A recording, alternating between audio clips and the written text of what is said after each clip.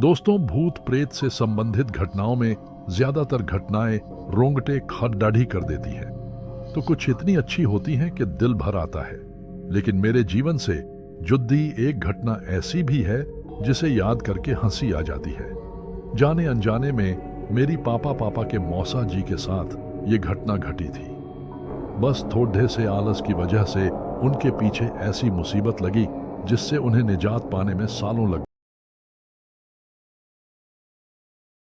गए। वो गांव में रहा करते थे। उनका नाम तो अच्छा खासा है, मगर गांव में अक्सर चिढ़ाने के लिए जो नाम रख दिया जाता है वो नाम पूरी जिंदगी के लिए पीछे लग जाता है। इसी संक्षिप्तीकरण और मजाक में उनका नाम बचपन में ही लाला जी पदड्डह गया था। वो इसी नाम से पहचाने जाने लगे। वो जिस गांव में रहते थे वो रायपुर से करीब 45 किलोमीटर दूर पद्दहता है। उनका घर गांव में सबसे किनारे पर था और उनके घर से करीब 250 मीटर की दूरी पर रेलवे लाइन थी। और रेलवे लाइन के पार एक बहुत बड़ा बरगद का पेड़ था और चबूतरा बना था। उन्हें लोग पहलवान बाबा के अर्थान पूजा का स्थान के नाम से जानते थे। सबको उन पर बहुत श्रद्धा थी, जिसका परिणाम भी उन्हें अच्छे के रूप मिलता था। आसपास के गांव वाले उनकी पूजा अर्चना करते थे और उनकी कृपा भी खूब देखते थे। और आज भी ये सिलसिला वहां जारी है। खैर, वहां वास करने वाले बाबा कोई देवता नहीं थे। वो वही थे जिन्हें लोग शहरों में छलावा कहते हैं। लेकिन एक बहुत लंबे अंतराल से वो वहां वास करते हैं, इसलिए वो बहुत अधिक शक्तिशाली हैं। उनकी पूजा जो करता है वो उस पेड़ पर लंगोट और दारू की एक बोतल चढ़ाता है। भूत प्रेत बाधा से ग्रस्त व्यक्ति वहां जाकर ठीक हो जाते हैं। लाला जी भी उन्हें बहुत मानते थे, मगर वे थे थोड़ा आलसी किस्म के। जब भी उनकी माता उन्हें उस अर्थान पर चढ़ावा चढ़ाने को कहती तो वे अक्सर टाल मटोल करते थे। वहीं गांव में एक पंडित जी भी रहते थे, हष्टपुष्ट शरीर वाले, और अखाधों में उनका बहुत नाम था। लोग उन्हें अक्सर पहलवान पंडित कहते थे। हालांकि को थे तो पंडित, मगर ये नाम उनके चरित्र को दूर दूर तक नहीं छूता था। पहलवान होने के कारण अक्सर वो मांस मदिरा का सेवन भी करते थे, लेकिन बहुत ही कम। उनके परिवार में उनकी पत्नी और उनका एक 10 साल का बेटा था बस। एक बार की बात है, उनकी पत्नी बेटे को लेकर अपने मायके गई हुई थी और वापस आते समय जिस बस से वे वापस आ रही थी वो बस दुर्घटनाग्रस्त हो गई। उनके बेटे ने वहीं दम तोड़ दिया और उनकी पत्नी 3 दिन अस्पताल में जिंदगी और मौत से जूझने के बाद चल बसी। पूरे गांव में हफ्ते भर तक शोक का साया था। इतनी बड़ी दुर्घटना पहली बार उस गांव में घटी थी। पहलवान जी के घर लोगों का तांता लगा रहता। वो अपने होश हवास से खो बैठे थे। आसपास के जानकार और मित्र आकार उन्हें खाना पानी देते, वरना वो खुद खाना पानी भी नहीं लेते थे। हफ्ते भर बाद धीरे धीरे गांव के लोग अपनी अपनी दिनचर्या में वापस लौटने लगे। और उधर पहलवान जी ने जब खुद को संभाला, करीब 6 महीने तक तो उन्होंने इस नियम का पूर्णतया पालन किया। फिर एक दिन वो दूसरे गांव गए हुए थे किसी परिचित से मिलने। वो गांव उस अर्थान से थोड़ी दूर पर करीब 400 मीटर की दूरी पर था। तो उन्होंने देखा कि वो व्यक्ति भी पहलवान बाबा को भोग दे रहा था, मगर वो उनके अर्थान पर नहीं गया। बस लंगोट और एक कटोरी में शराब रखकर पहलवान बाबा के अर्थान को देखते हुए उसने स्थानीय भाषा में कहा, हे पहलवान बाबा, लो अपना भोग स्वीकार करो। और फिर शराब को उसी तरफ गिरकर हाथ जोड़ लिए और वापस आकार लाल जी से बात करने लगा। लाल जी ने पूछा कि क्या इस तरह से बाबा भोग स्वीकार करते हैं। उसने हाँ में जवाब दिया और बताया कि सच्ची श्रद्धा से चढ़ाया गया प्रसाद लेने तो देवता भी धरती पर आ जाते हैं, और फिर ये बाबा तो कुछ ही दूर पर निवास करते हैं और अपना भोग स्वीकार भी करते हैं। लाला जी को ये बात भा गई। वैसे भी उन्हें रेलवे लाइन पार करके इतनी दूर जाना पसंद नहीं था।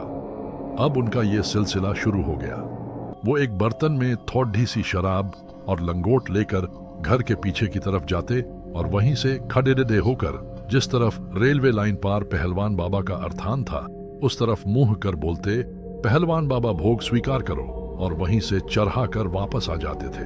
हर हफ्ते वो ऐसा करते थे।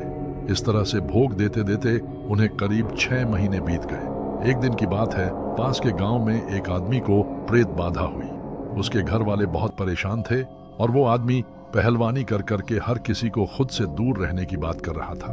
जांघों पर ताल ठोंक ठोंक कर बात कर रहा था।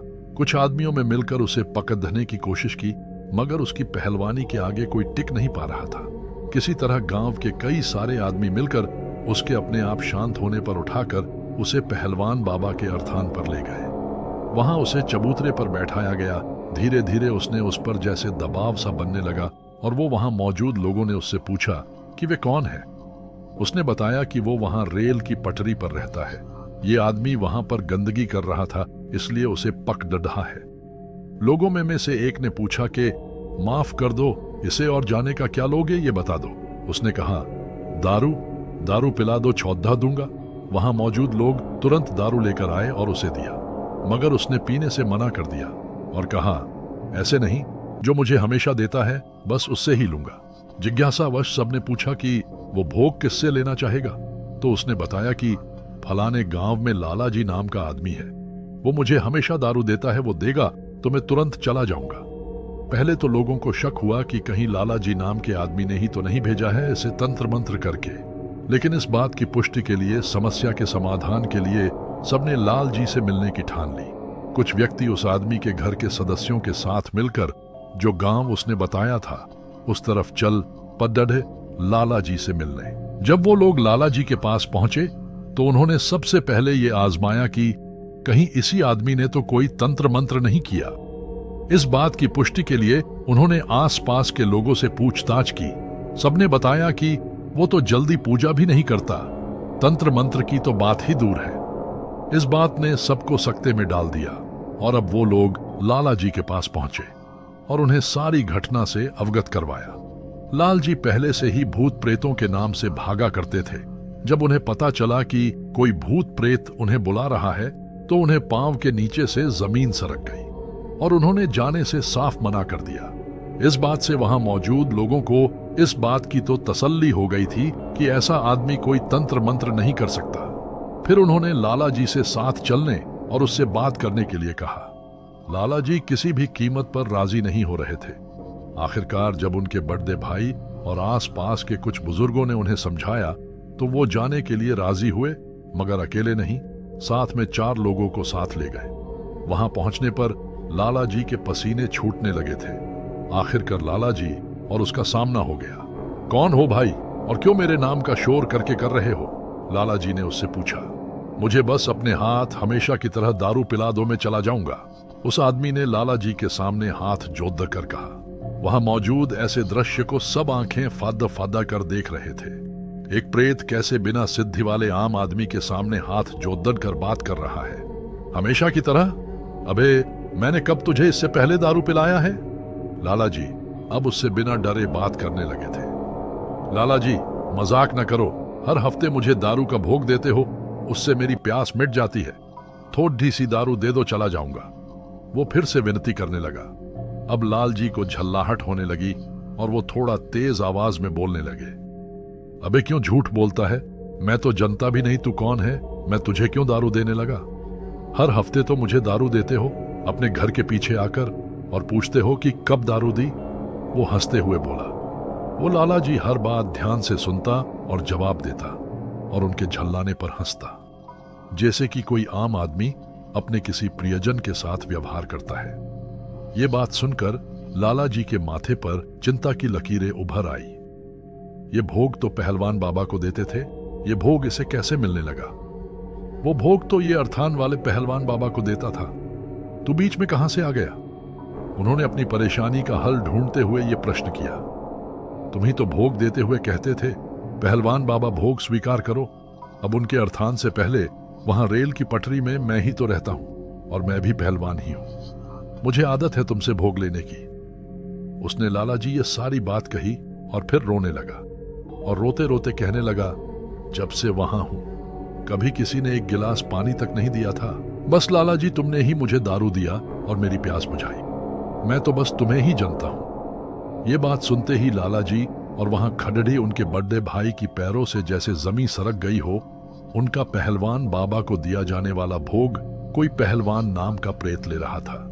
क्या तू वो भोग ले रहा था? अर्थान वाले पहलवान बाबा ने तुझे कुछ नहीं कहा?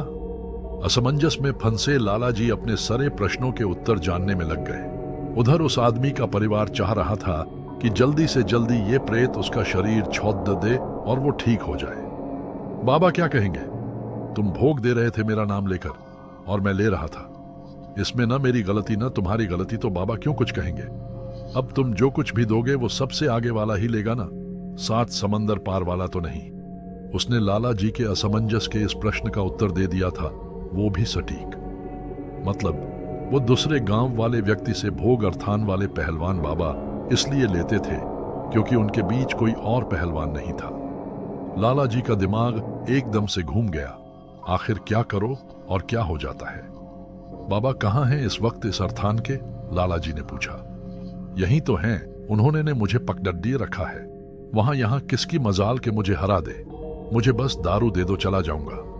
उसने आस पास के लोगों को देखते हुए कहा। तभी उन व्यक्तियों में से एक व्यक्ति आगे आए और लाल जी कहा कि बेटा, इसको दारू दे दो और जाने दो, वरना इस आदमी के शरीर को इसकी सवारी तोड़ती रहेगी और फिर ये महीने भर तक खदादहा भी नहीं हो पाएगा। बात सत्य थी। किसी पहलवान और बलशाली आत्मा की आमद जब किसी के शरीर पर होती है तो उसके शरीर की शक्ति कम होती चली जाती है। लाला जी ने अपने प्रश्नों पर विराम लगाया और फिर वहीं पर पास पद्धी बोतल उठाई और एक ढक्कन दारू लेकर उसके मुंह में डाल दी और वो व्यक्ति पीते ही नीचे गिरा और बेहोश हो गया। उसके जब होश आया था तो वो ठीक हो चुका था। पहलवान बाबा के अर्थान पर उसने दंडवत प्रणाम किया और धीरे धीरे सब वहां से चले गए और लाला जी भी अपने घर आ गए। घर पहुंचते ही उनके बड़े भाई ने पहले पूरी घटना और जो कुछ वो करते थे लाला जी से पूछा। उसके बाद अच्छे से उनकी खबर ली। उनके आलस्य के कारण कितने ही वक्त से पहलवान बाबा को भोग नहीं पहुंचा था और प्रेत तो रीझ गया सो और। अगली बार से लाला जी की जगह उनके बड़े भाई ने अर्थान पर जाकर भोग देने की जिम्मेदारी ली और उसका निर्वाह करने लगे। करीब 1 महीने तक सब कुछ ठीक ठाक चला, मगर 1 महीने के फिर से एक अजीब सी घटना घट गई। क्या थी वो घटना और क्या हुआ लाला जी का, ये देखने के लिए हमारे चैनल को सब्सक्राइब करें। हम जल्द ही इसका अगला पार्ट लाएंगे। अगर आपको वीडियो पसंद आया हो तो लाइक जरूर करें ताकि हमें पता चल सके कि आपको हमारी वीडियो कैसी लगी। मिलते हैं अगले पार्ट में।